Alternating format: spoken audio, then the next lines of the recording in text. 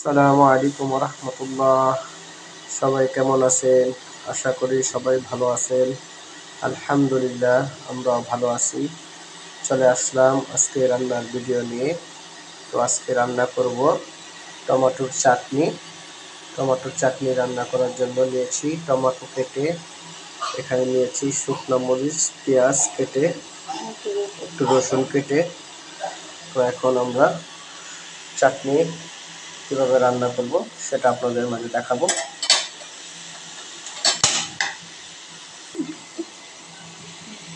তো এখানে দিয়ে দিচ্ছি আমরা রসুন, শুকনো মরিচ আর পেঁয়াজ। পেঁয়াজটাকে পরে দিতে হবে, আগে শুকনো মরিচ আর রসুনটা একটু ভেজে নিতে হবে।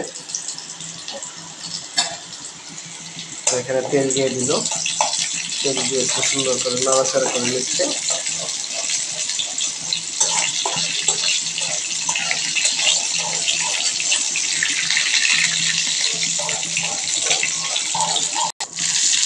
এখানে দিয়ে দিচ্ছে পেঁয়াজ,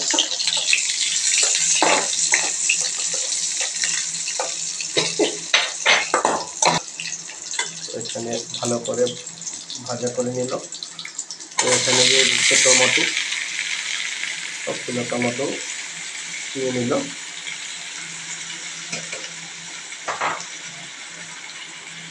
সুন্দর করে নাড়াচাড়া করে নিচ্ছে।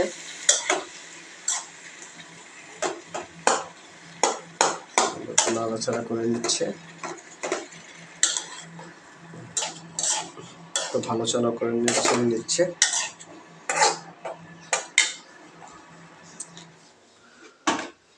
তো এখন দিয়ে দিবে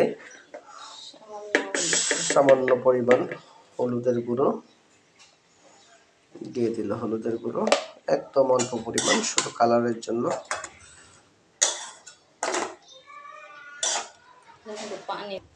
আমরা কিন্তু এটার ভিতরে পানি ব্যবহার করব না, পানি ছাড়া। পানি টমেটোর থেকেই অনেক পানি ছাড়বে। তো এখানে দিয়ে দিচ্ছে পরিমাণ মতো লবণ,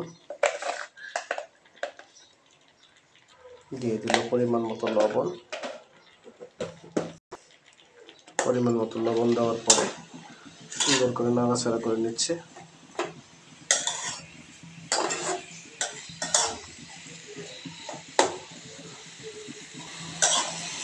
নাড়াচাড়া করে নিচ্ছে।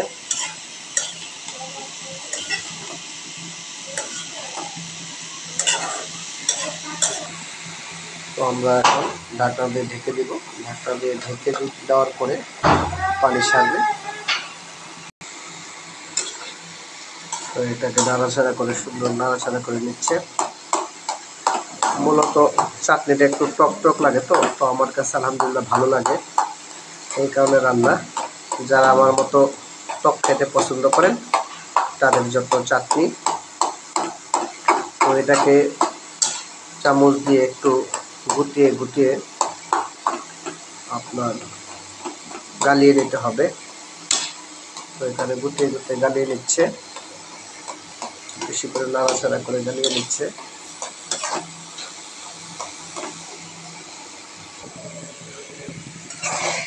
সুন্দর করে নাড়াচাড়া করে নিচ্ছে। তো আলহামদুলিল্লাহ আমাদের রান্না হয়ে গেছে। তো পানিটা শুকানোর আগ পর্যন্ত নাড়াচাড়া করতে হবে, শুকাতে হবে। এরকম সুন্দর করে রান্না হয়ে গেছে। তো আপনারা কীভাবে রান্না করেন কমেন্ট করে আমাদের জানাবেন। আর আমাদের রান্না ভালো লাগলে আপনারা শেয়ার করবেন এবং লাইক করবেন। ভালো থাকবেন, সুস্থ থাকবেন, এই বলে বিদায় নিচ্ছি। আল্লাহ হাফেজ। আসসালামু আলাইকুম ওয়া রাহমাতুল্লাহি ওয়া বারাকাতুহু।